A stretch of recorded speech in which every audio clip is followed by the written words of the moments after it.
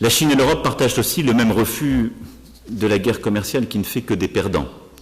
J'ai donc souligné auprès du président Xi mon souhait que les discussions en cours entre les États-Unis et la Chine permettent rapidement un apaisement des tensions et prennent pleinement en compte les intérêts du grand partenaire commercial de la Chine qu'est l'Union européenne.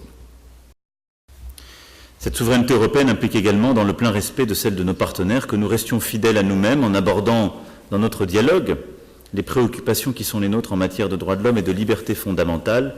Et c'est ce que nous avons fait avec le président, comme nous l'avions fait en mars dernier, dans le cadre d'un échange à la fois franc et pleinement respectueux. En matière de lutte contre le réchauffement climatique, depuis 2 ans, nous avons constamment agi ensemble, avec beaucoup d'efficacité et d'engagement.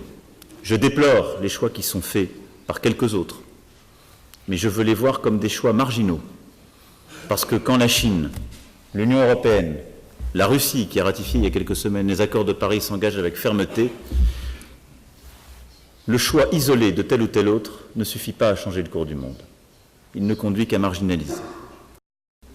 Sur la Corée du Nord, je sais pouvoir compter sur l'esprit de responsabilité de la Chine pour parvenir à un désarmement véritable, vérifiable, complet et irréversible de la péninsule. Je sais aussi votre engagement pour que l'équilibre et la stabilité de la péninsule soient constamment maintenus.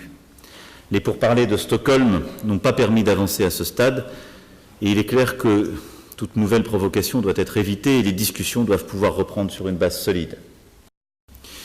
Sur l'Iran, alors que de nouvelles mesures viennent d'être annoncées en violation de l'accord de Vienne de 2015, dont la Chine et la France sont avec les Européens et la Russie les garants, nous sommes convenus d'approfondir nos efforts conjoints pour que l'Iran revienne en conformité avec le JCPOA et respecte pleinement ses obligations nucléaires.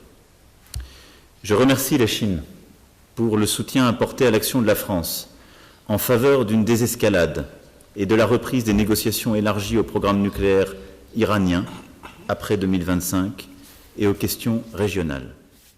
谢谢马峰总统，谢谢大家。 présence des 2 présidents. Et je vous remercie.